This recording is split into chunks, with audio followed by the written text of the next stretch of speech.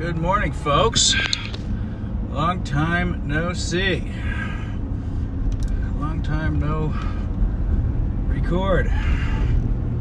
We are headed to... The question is, which way is faster at this point? I think I'm just going to go ahead and go up a block. What's it going to do?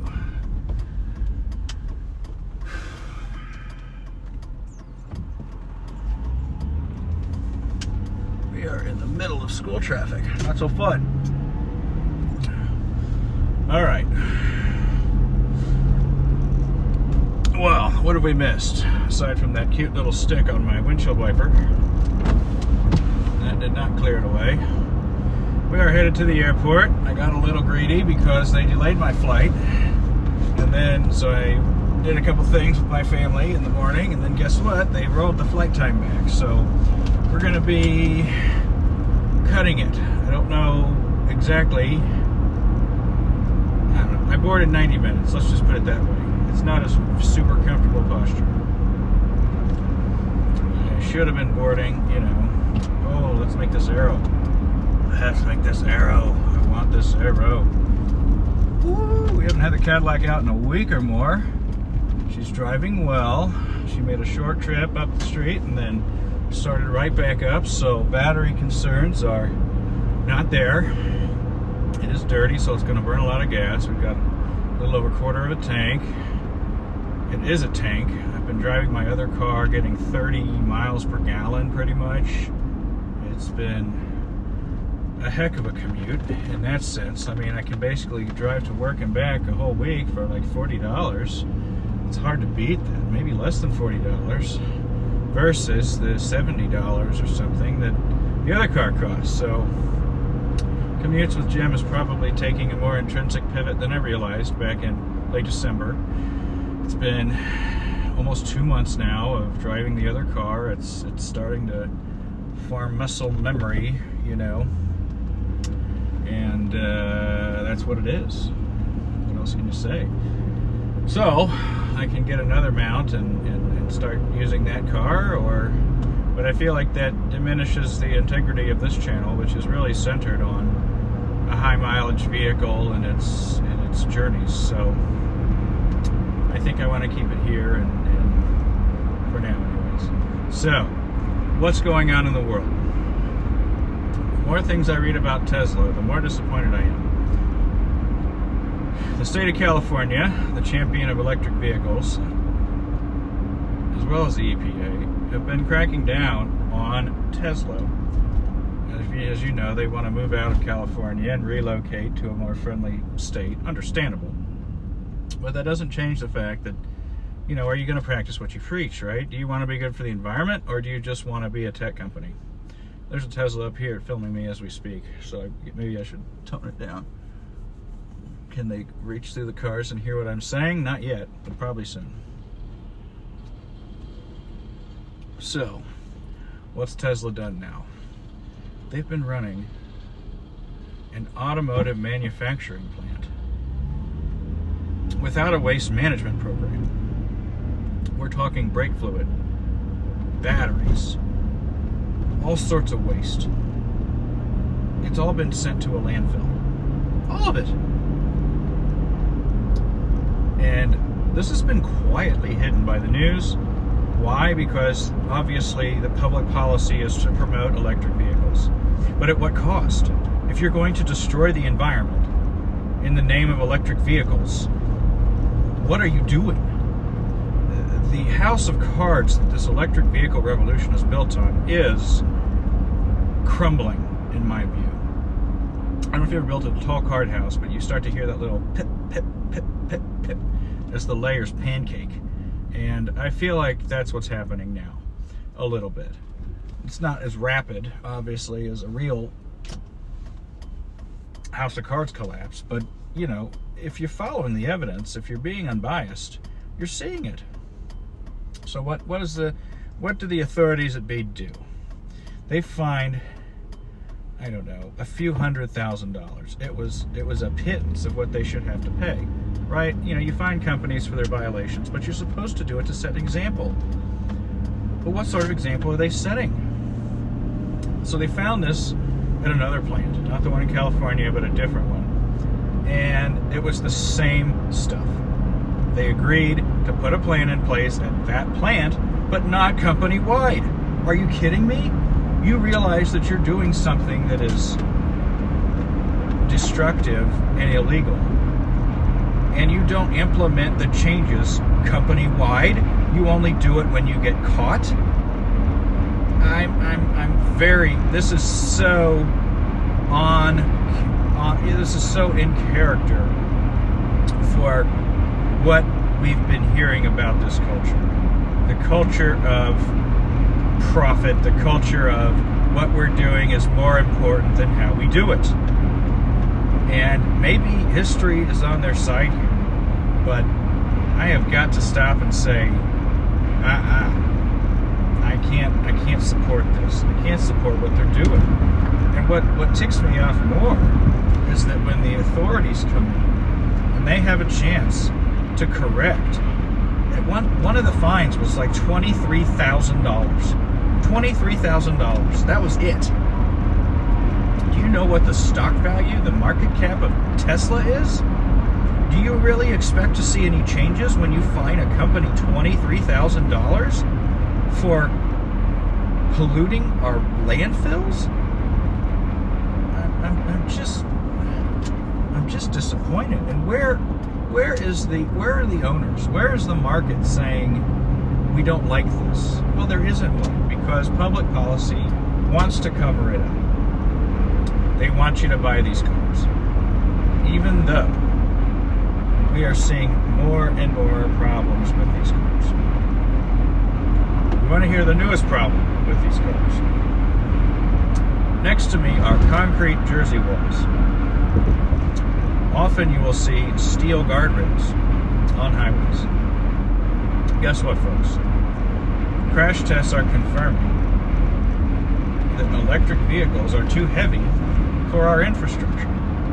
They destroy most of our roads, especially local roads, at a higher rate, which means more building of roads, more frequently rebuilding and repairs of roads. And now, every piece of guardrail in America pretty much has to be replaced now because of the prevalence of these vehicles. Here's why. When one goes out of control, what will stop it? What's supposed to stop it is a Jersey wall or a piece of steel guardrail. Well, guess what? The steel guardrails aren't working because these cars have batteries that are so doggone heavy.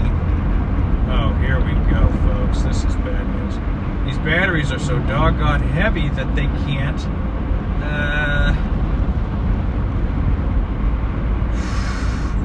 we can do this. We're not going to be late. We're going to make it. We're going to make it. We're going to make it. Oh, let's just have a dump truck cut me off. Cute. These cars are so heavy that the guardrail infrastructure cannot contain them.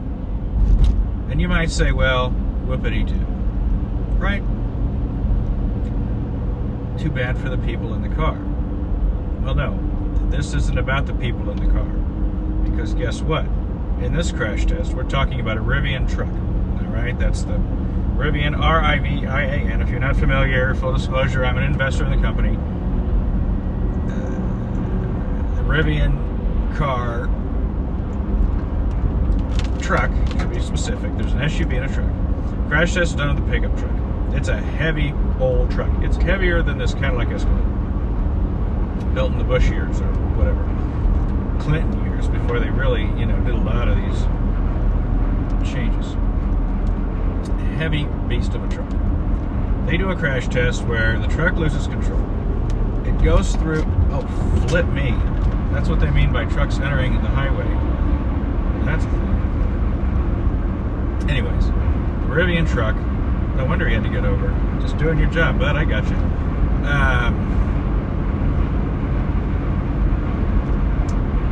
So yeah, this Rivian truck, the guardrail to my right there, that stuff. It's made from steel, and it's designed to keep cars from going off into the houses, going off on the other side of the road. All of these things. It's to prevent me from crossing on the other side of the road and creating a head-on collision, which is going to be much more fatal for multiple occupants vehicles. You know, if I were to cross over into that stream right next to my left here, it would be a total cluster. It would be terrible because of the velocities involved. I've got my velocity going against them, their velocity going against me at 60, 70 miles an hour. That's no bueno.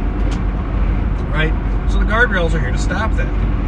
But the only reason we have concrete is because this is a construction zone and that can be picked up and moved. They put the steel beams fixed in the ground with guardrail, like it is right here on this bridge to my left and right. This is the stuff that cannot contain the Rivian. It cannot contain... Oh, help me, I cannot be late today. Oh, brother.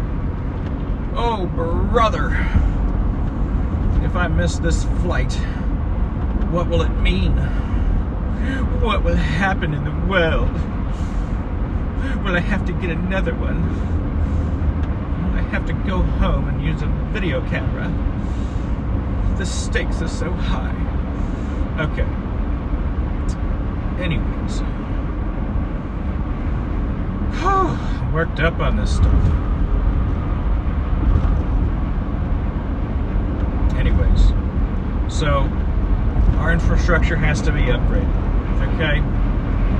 Now, is this the electric vehicle's fault? Guess what a safety advocate says? A safety advocate says, guess what? Depending on where you fall, right? Guess what? You know, they're never going to shy at spending more money. The advocate always says, spend more money, upgrade everything. But you also have to pick and choose your battles. And going back to the drawing board on thousands of miles of guardrail is probably not on any advocate's agenda right now. That's the problem. Everyone has their own agenda and what they think gets us all safer, faster. So, nobody's lobbying to rebuild all of the steel guardrail. But, all new highway projects will probably require, you know, higher grade barriers because you just have to do it right the first time. But here's the thing. This crash happens in the crash test. And there is zero incursion into the cabin of the truck. Head-on crash, highway speed, no cabin incursion. Might have been broken glass. When it comes to actually crushing the body, needing extrication, none of that happened. So, if you go back to my old videos, I say, what's the safest thing to be? High and heavy. The Rivian truck, ladies and gentlemen, is high and heavy. It is exactly what I have always said you want to have in a crash. And did I make this up? Am I sponsored? No. Do I know people that have one? Yes. Would my family want one? Probably an SUV. You can't really go out and buy one anyways because the only people who are selling them are people who are on their second one and are getting rid of their first one. You know, the market is tight and small. There are a lot of production challenges for the company, for all the EV companies. Now, my ultimate opinion on electric vehicles is that for some people and places, they work and they're the right thing. And for those people, I say, great. Enjoy yourself. Knock yourself out. For the people who are uncomfortable with it, do your thing. Fine with that too. What I'm not so sure I'm fine with is a public policy favoring one mode over another based on the intrinsic characteristics of that mode. Because I don't believe the intrinsic characteristics of one provide a net benefit over the intrinsic characteristics of the other. That's my final view on the subject. And I don't think anyone can convince me otherwise, because the whole thing is based on an opinion. Or it's based on sort of this, oh brother, not again. It's either based on an opinion, or it's based on flippity flip. All 3 lanes, 4 lanes. It's based on, oh man. It's based on the view. It's based on the, 30 miles an hour. Not even a fast lane. How can there not be a fast lane? What is happening at 8:45?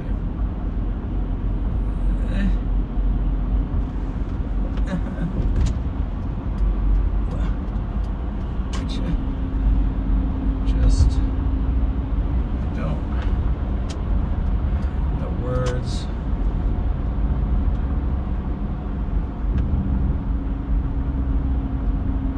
Anyways, as I was saying, there are 2 things. There's either a strong opinion or there's a passion about carbon emissions. And I'm not going to touch that topic because I don't think I can win touching that topic. There's nothing, I'm not going to move the needle for anybody on that topic one way or another, so there's just not a point in talking about it. It's highly divisive. And there are passionate people on both sides. But that's the problem, isn't it? Passion is motivating and forceful, but it isn't logical. It isn't reasoned with, and it isn't persuaded. Passion cannot be persuaded most of the time. So what's the point? What's the point in discussing? Hey, we're going back to speed again. Be on 6:35 in 4 minutes. I'll take it. So, anyways, this is what's going on. This is the latest in the electric vehicle revolution. At least from the literature I've been reading. And, you know, these cars are getting heavier and it's changing America. This is not the first time this has happened. If you're my age or older, you remember a time when you sat in the back seat of the car. You put your groceries in the trunk of the car and you got into the back seat, front seat of the car, right? Us older folks remember this. In the 1990s, early 1990s, 85% of the cars on the road were sedan-style, station wagon style, Jeeps, things of, not even Jeeps, they were just cars. The Lincoln Town Car, the Chevrolet Caprice Classic, you know, the Ford Crown Victoria, and the smaller models of the same thing. These were the jewels of the crown of American vehicle manufacturing, right? Once in a while, you know, the Honda, right? The Honda's been around forever. The Civic and Accord, they were taking the place by storm. Once in a while, I saw a Subaru station wagon. But even though they were hatchbacks, sort of, whatever you call those.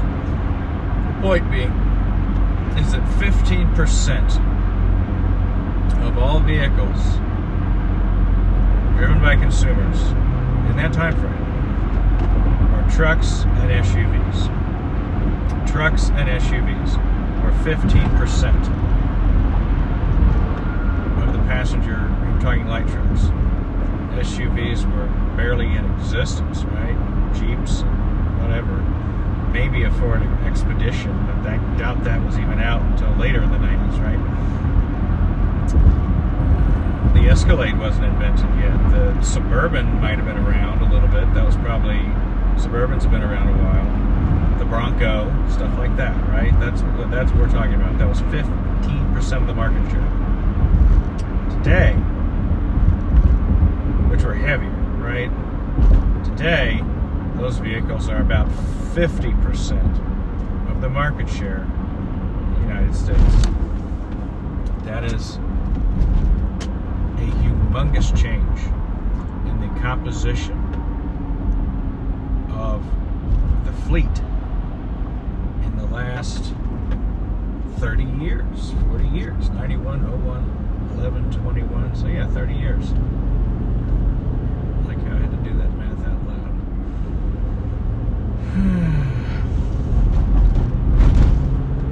loud. So what did that do? Well, that changed our infrastructure dramatically, right? Because we went from these small cars to these heavy trucks. I mean, they're called light trucks, but by comparison, they were heavy. And this is why there are still crotchety regulators and advocates today who are upset at trucks. They're upset at trucks and SUVs because they changed the landscape. They changed what causes crashes. They changed the civilian pedestrian, death rate. They changed all these things, right? And was it a change for the better? Did it make people safer? Hard to say anybody's safer. But if they kept making them like they did when they started, it might. It really might have happened. Instead, they went on this quest to curb fossil fuel consumption. Probably the right thing to do. But it came at the expense of the vehicles. Everything had to be lightweight. Everything had to be plastic. Everything had to be junk. And if you've ever spoken to a plastics manufacturer, plastic is made with a rating system. No two plastics are alike, right? You have the Tupperware that you throw away, and you have the Tupperware that's been in your grandma's cabinet since 1975. What's the difference? A lot. What's the difference between that and a plastic bag, or the takeaway container at the restaurant, or the plastic that makes up your dashboard? The answer is a ton of stuff. There are so many variables and differences in plastics that it affects pricing of the plastic when you have it produced, right? So, when you make plastic for a car, what are you going to do? You're on a race to make the fastest, cheapest, and to please the government and maybe the consumer, fuel-efficient car. So what kind of plastic do you use? You use the kind of plastic that's not going to get your car recalled, but is the cheapest, lightest possible grade of plastic. That's what you do. It has to be able to withstand sun exposure. It has to be able to withstand high heat. It cannot leach chemicals. At least you hope it doesn't leach chemicals, but who really gives a crap? No one's going to find out within the lifespan of that car, right? And, it has to be something you can breathe in and around at all times. You have to be able to sit inside a closed cabin around the plastic all day and maybe touch it, maybe whatever. So these are the parameters of the plastics. Well, plastic, as I mentioned, just like eggs or many other things, it has a rating. A rating is how long the manufacturer of the component, not the vehicle, but the component within the vehicle, will rate the item or even warrant the item to last. Plastics in most vehicles, we're talking components, we're talking parts, we're talking decorative trim, all of it, even valves and other mechanical parts. The plastic is rated to last about 10 years. I'll say it again. The plastic is rated to last about 10 years. After that, crack, it might break, it might degrade and crumble. It can turn into dust right in front of you after 10 years. So why won't they finance cars for 10 years or 8 years or whatever? Because they know that they're not going to last.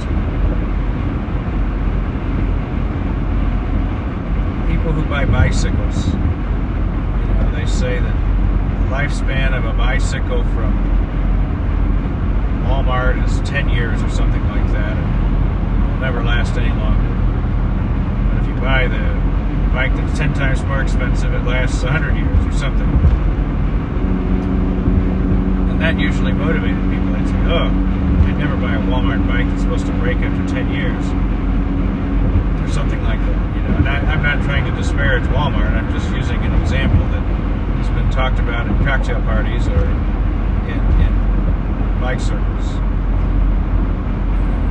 For all I know, this is old information too. I mean, it could be very old information. I don't know anything about Walmart bikes, and I'm not claiming to. I'm just using an example of cheap retail. But people at the time, people were saying that said, oh, well, I won't buy a bike there. That's what people said back then.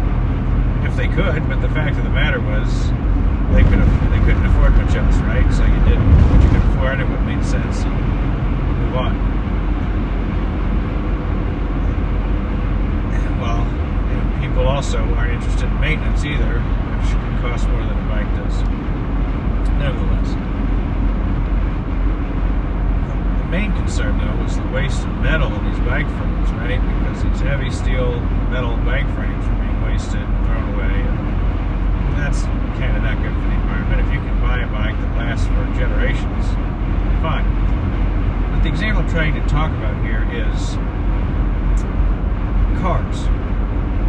Is there a car you can buy that is the different one? Is there something that's going to last longer than the rest? Is there that example of the elite bike store as opposed to the retail Kmart, Target, Walmart type of thing, where you could go and buy something that is supposedly a cut above? And I don't have any answers for people on this because I just don't think that's a thing. And the reason is because automotive production is so heavily regulated that you can't really have a small mom and pop shop, because how are you going to please the state of California? How are you going to follow all these laws? How are you going to pay all these lawyers just to exist, right? How are you going to have manufacturing? If you custom build a car from scratch, maybe if you buy a car and then do extensive retrofitting, or work with the manufacturer directly and customize it like you do a home. You can build a home and say, I want my studs to be 8 inches apart instead of 16 inches apart, or something goofy like that, right? It costs more money, but I don't know why you couldn't go to Volvo and say, I want a higher grade steel, and so on and so on. I would think that they could accommodate this. But my point is that they're all sort of the same at the end of the day. They all want to make money. They all have to use plastic. They all have to do something to fight their emissions regulations and all of this, and fuel economy regulations, and so on and so on. It's all what it is. So we are making better time than I thought. I'm going to speed it up a little bit just because our little stick is still waving in the wind. A lot of energy today, and I didn't drink any caffeine. I just took a little walk. Maybe that made all the difference. On my second glass of lemon water, hot lemon water. It's good. I'd like to finish it before I get there. It's hard though. Lemon water mean, that's a lot. It's one full lemon. It was a big lemon. Full-size lemon. Juice it and then strain the juice, pour it into a mug. I use the Keurig to heat the water so it's not too hot. And then I've got a nice warm glass of, and for the second one I used a Go-Go.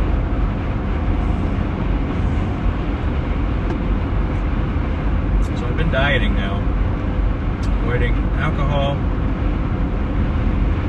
sugar, processed carbohydrates. Fried foods as well, red meat.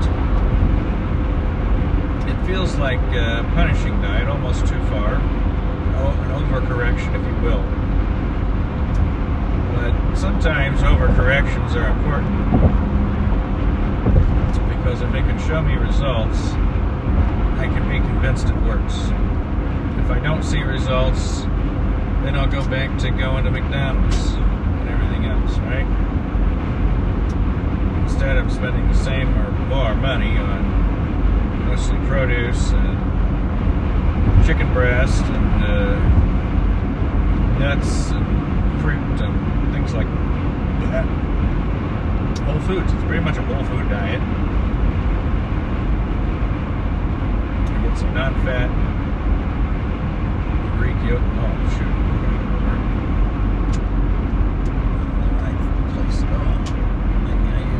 Non-fat Greek yogurt with some cashews, blueberries and blackberries, strawberries, any kind of berries I got sitting around. I stir it all up. And I have a seltzer water with it. And sometimes I have a grapefruit, half or two. It's one of my favorite meals in the whole world. I just find it so good. I used to put chocolate chips in it. And that really started me on a sugar addiction that I really do need to avoid sugar. That's really been a problem of mine. Because once you get started, you just really fall off the wagon with it. And it could be a real addiction to sugar. Avoiding alcohol because that sends me to eat more at night. My wife has other reasons for me to avoid alcohol, but that's really mine. I don't agree with all of her views on my drinking, but you should always listen to the people who observe you closely because they see things you'll never see. Because you think about observing a monkey in the wild or whatever, Jane Goodall and all this apes, not monkeys for her. But, you know, the observer will learn things about the community or the animal that the animal probably doesn't know, right? And those observations have a lot of independent value. Doesn't make them always true because they're filtered through biases and things, but there's a little value there. So I'm 8 miles away. Flight was originally, okay, so let's do a little math. My flight was originally set for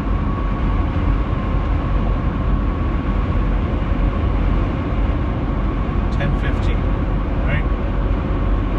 I wanted to get to the airport at 9, board at 9:45. It's 9 o'clock now.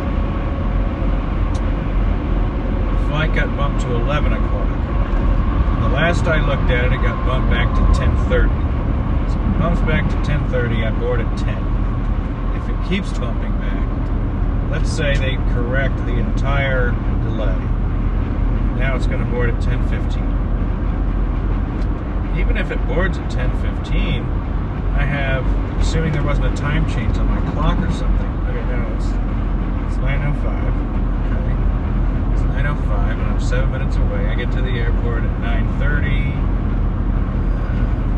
Board at 9:45, so I think I'm in good shape, even if they rolled back the delay completely, which I doubt they did. But they rolled it back twice while I was taking a stroll, so I said I better get out of here. And we'll see just how late I am. I have appointments in the city where I'm going today and tomorrow and Thursday. It's going to be a busy few days. I could have gone for longer. I could have done things differently, but trying to cram it and be responsible and all that. Came very close to bringing one of my youngsters with me, but I just think she needs to get a little bit older. She has compliance and listening issues.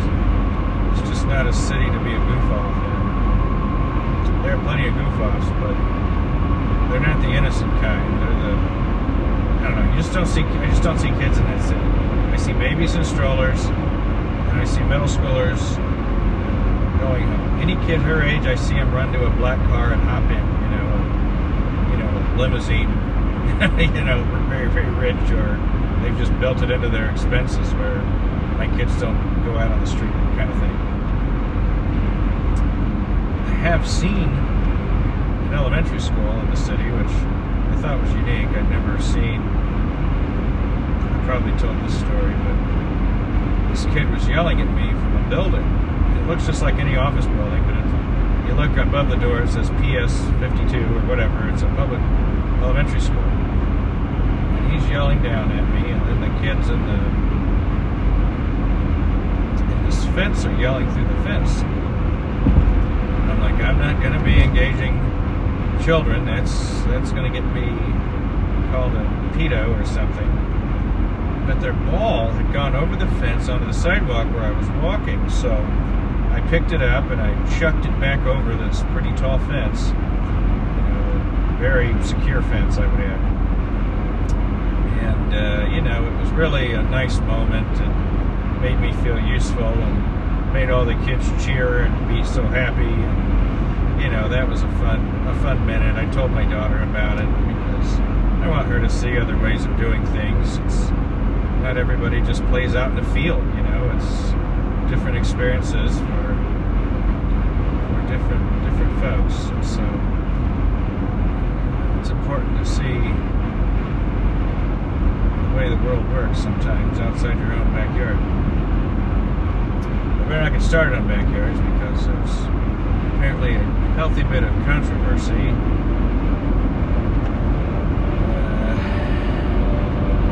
my neighborhood. It'd be a good time for me to get out of town. Maybe if have any luck, I'll get out of town next week too for something. Start looking for some places to go. Try and set some meetings out of state, something. Things are getting hot and spicy around my neighborhood. And, I find it to be a little bit unfortunate. I think most of it doesn't have to do with my neighborhood. It's got a lot to do with personalities and people. Letting that bleed over into areas like a neighborhood where they, people who didn't ask for power being handed it. When you're in a HOA or something, you get a vote. Whether you ask for it or not, you've got a vote. In my neighborhood, you're one out of 170 people or something like that. So that's a pretty strong chunk of power. I mean, how often do you get to be in charge of money or something like that, and you get to be 1/150th? That's almost, that's a 1% stake. I mean, if you had a 1% stake of a company, it's not necessarily a small thing.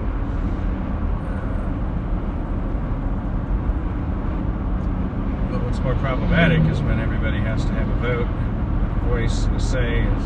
It's not problematic that they have a say. It's just problematic that people who maybe want nothing to do with it suddenly have to have something to do with it. So they form an opinion, or they don't form an opinion, or whatever. That's my view. That's all I got on that. I'm trying to get to the airport. This guy is ticking me off. Got a mile. Oh, he's not even going to the airport. Alright, good.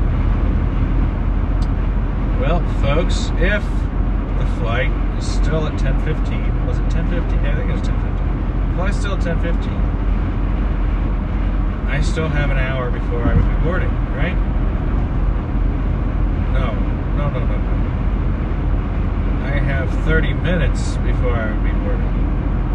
A little tighter, I think. Indeed.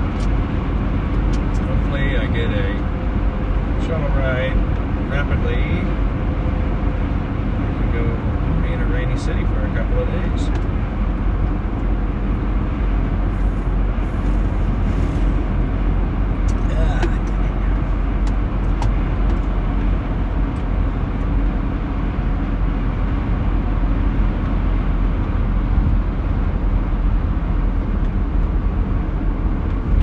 To see this car still getting good use,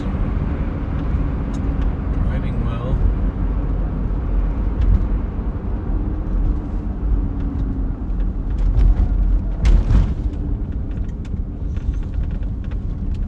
I remembered my parking ticket, so we're in good shape there.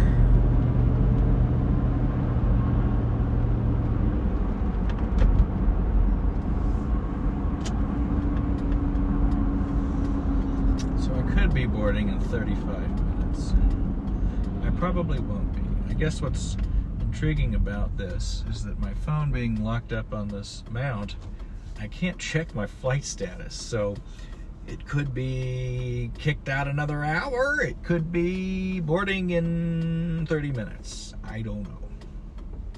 Kind of makes it exciting. Excitement is a little bit rare anymore.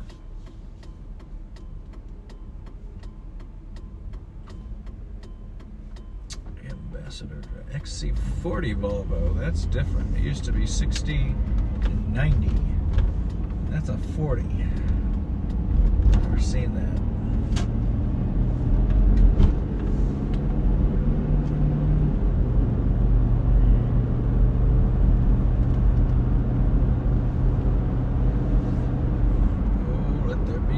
For me,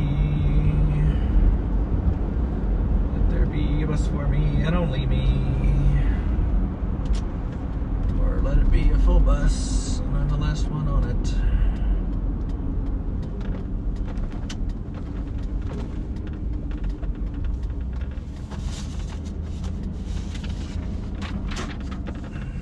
Let there be a space for me. I probably think your car's so dirty you don't even need it.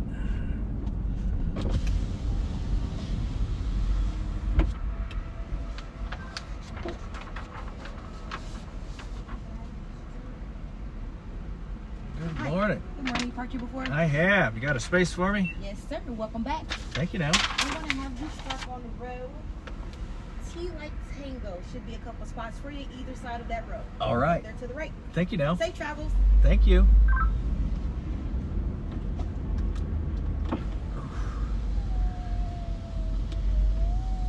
It took a third try to get my window up. It's been a bit of a fear of mine.